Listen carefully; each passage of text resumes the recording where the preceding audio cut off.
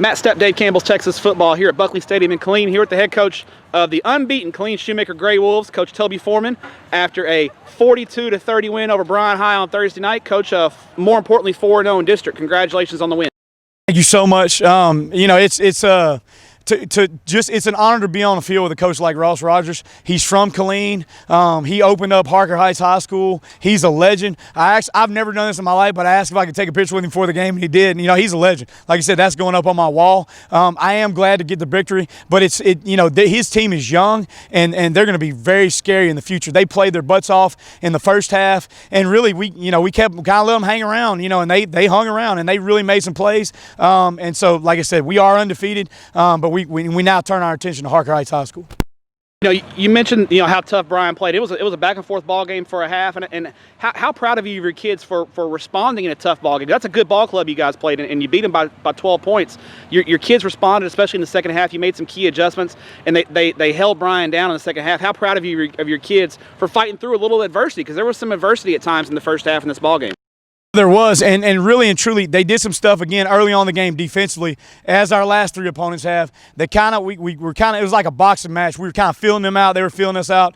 We had to punt, but we normally don't punt. We punted one time, I think, tonight, and then we faked the other one. But they had a good plan when they came out. Our kids did a great job of our halftime adjustments, coming out and executing. Again, I said this to you a while ago when I walked by.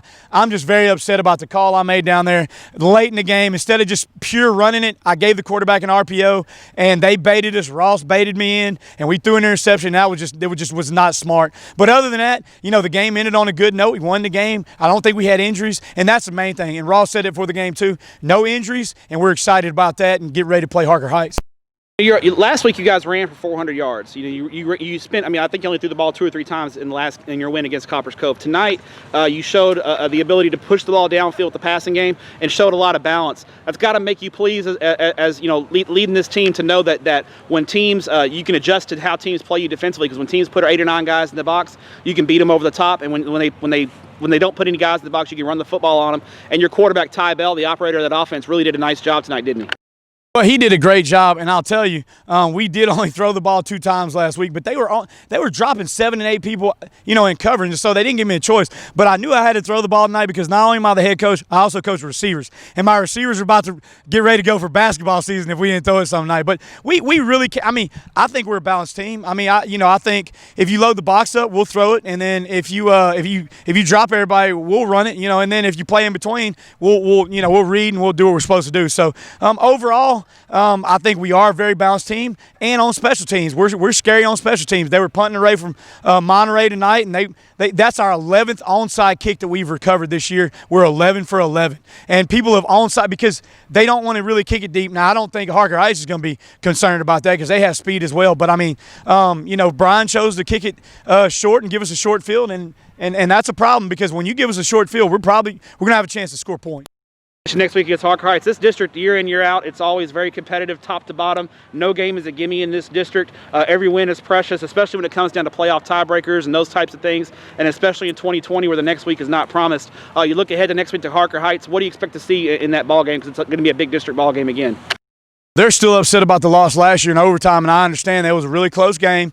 But that's going to be in the back of their minds. But in the front of their minds, I just told somebody a while ago, Coach Edwards somehow snuck a buy-in on me this week. They didn't have a game because Belton wasn't able to play, so they're going to have a rested team, 15 days of rest, and get ready to play me. And so that's going to be an advantage. But we've got to overcome that. We're healthy. I'll have everybody playing last night that is able to finish this, or next week that's able to finish the season, and that's a big deal, and I think Coach Edwards does a great job of coaching.